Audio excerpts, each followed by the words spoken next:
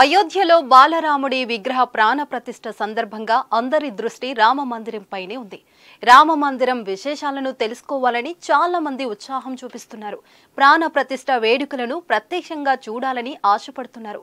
ఇప్పుడున్న ఈ ట్రెండ్ను సైబర్ నేరస్తులు తమకు అవకాశంగా మలుచుకునే వీలుందని పోలీసులు హెచ్చరిస్తున్నారు. Gautam neuro care brain stroke, migraine, fits, brain and spine surgeries కి బెస్ట్ న్యూరో సర్జన్. అయోధ్యలో వేడుకల సందర్భంగా హైదరాబాద్ పోలీసులు తాజాగా సైబర్ నేరాలపై అలర్ట్ ప్రకటించారు. ఫోన్లకు వచ్చే సందేహాలను, వాట్సాప్ లింకులను, మెయిల్స్ ను ఓపెన్ చేయొద్దంటూ భక్తులకు సూచిస్తున్నారు. ప్రాణ ప్రతిష్ఠ వేడుకల లైవ్ అంటూ, రామ మందిర విశేషాలంటూ ఇలా వేరువేరు పేర్లతో లింకులు పంపుతూ సైబర్ నేరస్తులు దోపిడీలకు పాల్పడే అవకాశం ఉందని హెచ్చరిస్తున్నారు. ఫోన్లకు వచ్చే లింకులను తెలియక ఓపెన్ చేస్తే మీ బ్యాంకు ఖాతాలోని సొమ్మంతా దుండగులు కాజేసే ప్రమాదం ఉందని హెచ్చరించారు.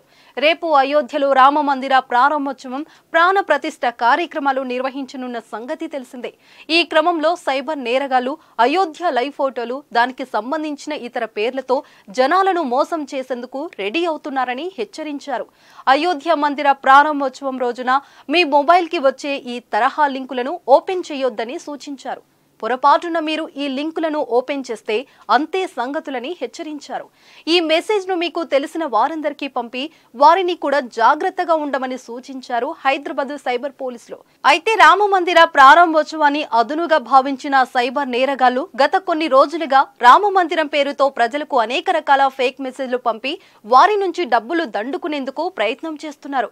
ప్రస్తుతం అయోధ్య రామాలయం పేరు మీద విరాళాలు, ప్రసాదం, విఐపి పాసులు ఇలా అనేక రకాల మోసాలు జరుగుతున్నాయి. జనవరి 22న అయోధ్యలో ప్రవేశించేందుకు విఐపి పాసులు వాట్సాప్ లో పంపుతున్నారు కొందరు కేటగాలు. ఆశ్చర్యకరమైన విషయం ఏంటంటే ఈ పాసులను అడ్మినిస్ట్రేషన్ పంపడం లేదు, సైబర్ దుండగులు పంపుతున్నారని పోలీసులు గుర్తించారు.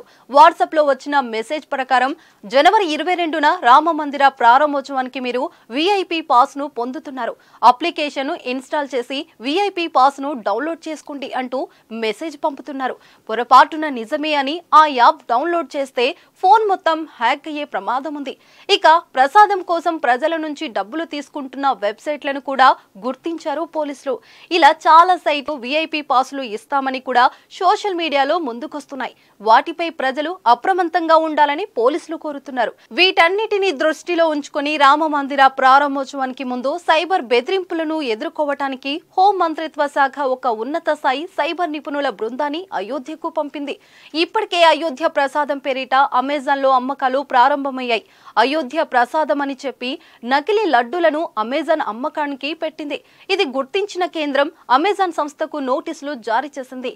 Confederation of all India traders కు ఈ విషయమై ఫిర్యాదు చేసింది. వెంటనే అధికారులు అమెజాన్ కు సెంట్రల్ కన్స్యూమర్ ప్రొటెక్షన్ అథారిటీ నోటీసులు జారీ చేసింది. అమెజాన్ తన వెబ్సైట్ లో సాధారణ దూద్పేట స్వీట్లను అయోధ్య ప్రసాదం పేరుతో విక్రయిస్తూ జనాలను మోసం చేస్తుంది. దీనిపై నోటీసులు జారీ చేసిన కేంద్రం 7 రోజుల్లో అమెజాన్ వివరణ ఇవ్వాలని కోరింది.